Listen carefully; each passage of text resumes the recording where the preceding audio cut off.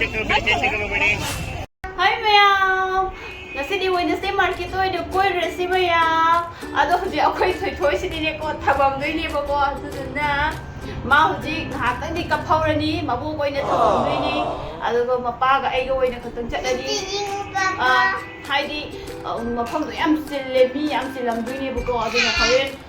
mafam do yaw ga du charake ado ga ado da kai kai yolino kai kai lelam do ga habdu ni ko ai Mayam da ucharake Horin ura tung khangani kaya ahong achao kaya leiba tung haibdo adu uterake mathang mathang du je khoi thoi thoi ji kap paga le hawdo ra mani ko macha okay ai tamdi akhoi hojik thole e boko thole e si ju akhoi da kine yam lapa mafam di oi de ko si je garim cha da si san pani na 7 minutes kumba ka sangang wajra 7 minutes kumya oi da 5 minutes kan ko orang ni mo ko yo ro ka ga Mayam phom du usar ki mo ko ka mai ta wi mo wa sina mo khoi ne labi de ki tholak pa ge na na ti khoi ma pham ji yo ri bo ko tu su si de ki dum hau la bi yo ne ko yu ba ko ba am nuai ba de ba thela da kai da ko ji ko se yo ba sabji yo ba dum hau re ba gari hujik park tawbagi na ina hujik sida lei hau sida park sida tawshalabani adagi sida adum changba hawbidorabani yengto Mayam ado huran sin hidi yam kalle mafam je do section dabdi yade phone paibaga se ko nok tawbagi su khadaw se nuaite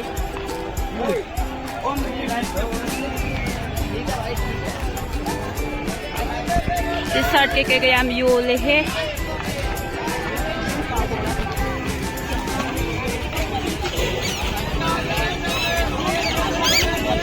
daga tu lang sut dagi kari dagi dum yon ga dum hore ko dagi dum dam hore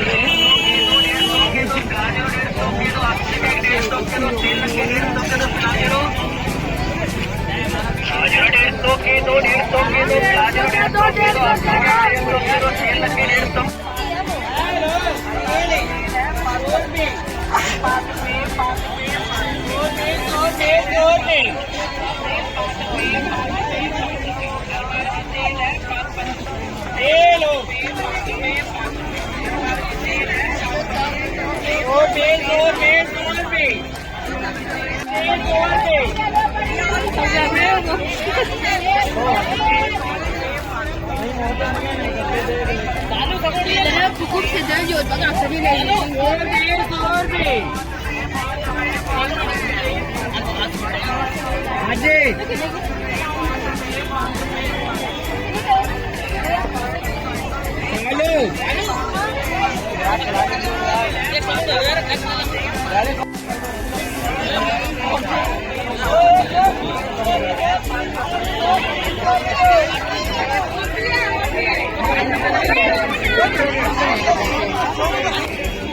Sedaya untuk saudara bu, angagi nupim sagi karigi yu libe amse. Sedaya sana likon yam na yaholi yam yawi.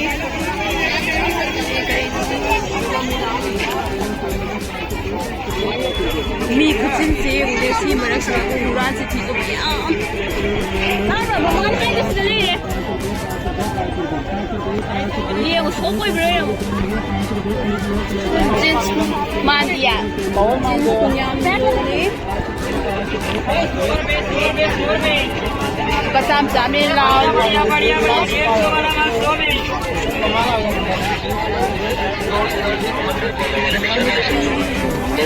Kurti yang murah.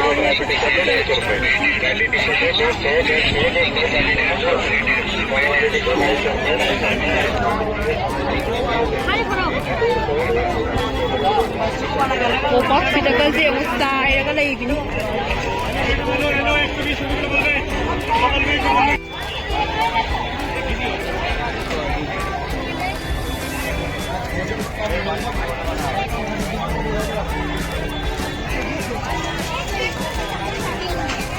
Kaya, ये कितने का है?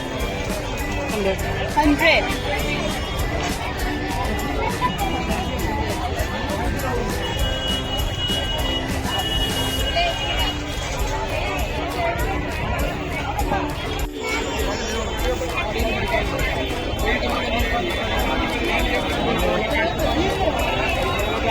के लिए ये quality आएगी।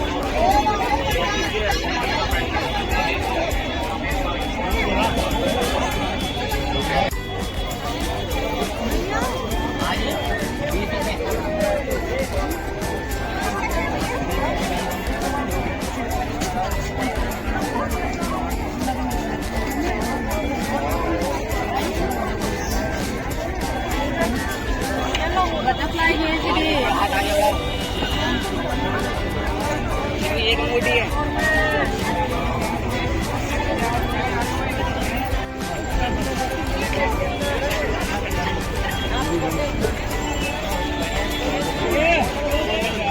और बताओ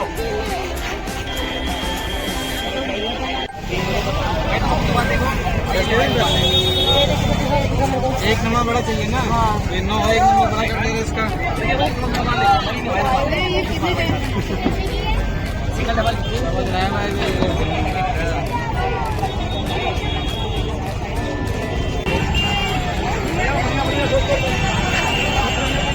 छोटे बच्चों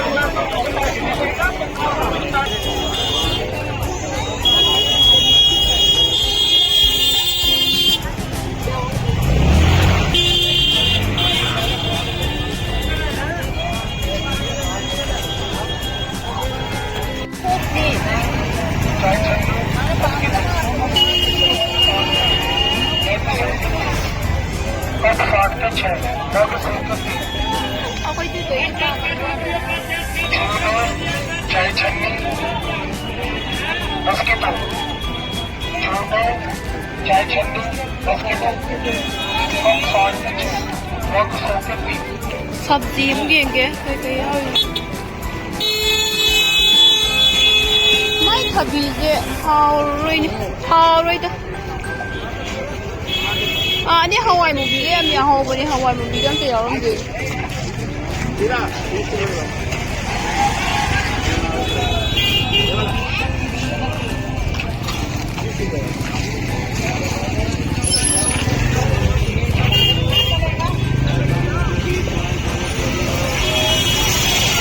गाड़ी खुचिंदगी मी खुचिंदगी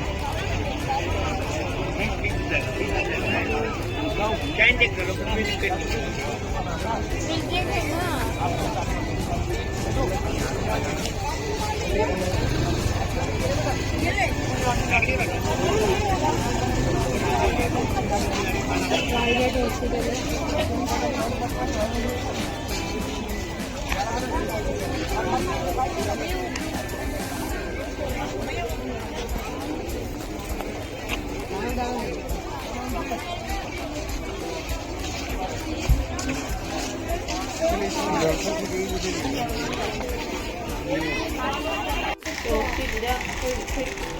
ꯑꯩꯈꯣꯏ ꯊꯣꯏꯒꯤꯅꯦꯅ ꯑꯩ ꯏꯆꯥꯅꯨꯄꯥꯒꯤꯅꯦꯅ ꯃꯄꯥꯅ ꯈꯟꯕꯤꯕꯅꯦ ꯁꯤꯁꯤꯃ ꯌꯥꯝ ꯄꯤꯕꯒ ꯅꯠꯇꯦꯀꯣ ꯌꯥꯝ ꯄꯤꯕꯒ ꯊꯝꯖꯔꯒꯗꯤ ꯍꯥꯏꯗꯤ ꯌꯥꯝꯅ ꯍꯣꯡꯕꯁꯨ ꯑꯣꯏꯗꯦ ꯌꯥꯝꯅ ꯇꯥꯡꯕꯁꯨ ꯑꯣꯏꯗꯦ ꯑꯗꯨ ꯑꯣꯏꯇꯥꯔꯁꯨ ꯁꯤ ꯇꯤ ꯁꯥꯔꯠꯁꯤꯗꯗꯤ ꯈꯪꯕ꯭ꯔꯥ ꯂꯨꯄꯥ ꯑꯣꯟꯂꯤ ꯂꯨꯄꯥ ꯆꯥꯝꯃ ꯈꯛꯇꯅꯦꯕꯀꯣ ꯂꯨꯄꯥ ꯆꯥꯝꯃ ꯈꯛꯇꯅꯤ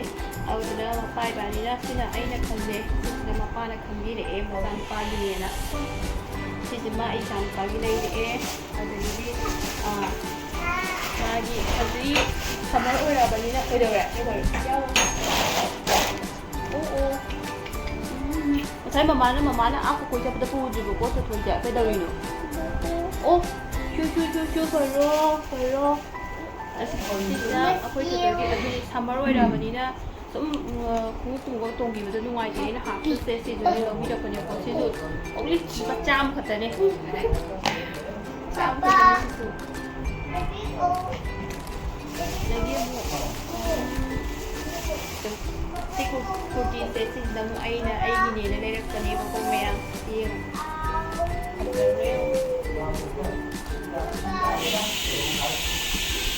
ꯍꯌꯦꯡ ꯁꯤ ꯂꯤꯠꯂꯀꯥꯟꯗ ꯑꯃꯨꯛ ꯅꯪꯗꯣ ꯚꯤꯗꯤꯑꯣ ꯑꯃꯨꯛ ꯊꯥꯒꯠꯂꯛꯈꯤꯅꯤꯀꯣ ꯁꯤꯁꯤꯅ ꯂꯨꯄꯥ 150 ꯄꯤ 150 ꯄꯤꯀꯣ ꯁꯤꯁꯤꯅ ꯑꯃꯨꯛ ꯑꯗꯒꯤ सिगी पर्सियो नुशीड्रो सिजे फजावे इसे लुपा चनी P Channi the low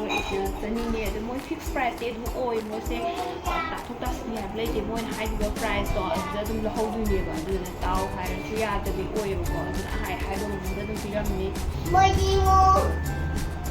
C plate सी ओ कया ग पिरम दौ माले सिसे गसाय पि लौबो तो मोय दि पीस अमतदी 60 हायबको अदुदा पीस तो होइना सेट होइना लौरसी हाइदना तन ओइ लौरे तरुसिदा मोइ लुपा चहुम थाबिरे सिदिगा चानबो कलर अमु बाउ से यारोमेको अदुदा ओइना पामतने अदु लौरे तो सिदे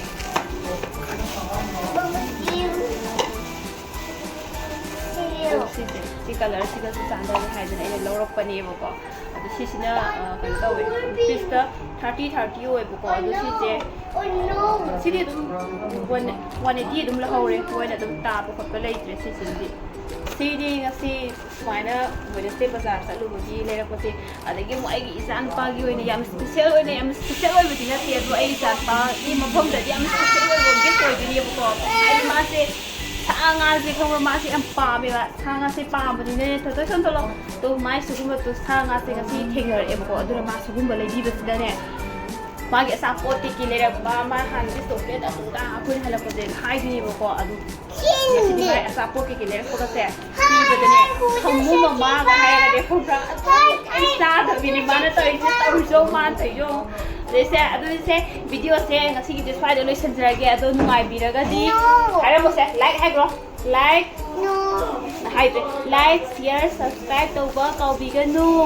लाइक सब्सक्राइब तौबियु थैंक यू बाय बाय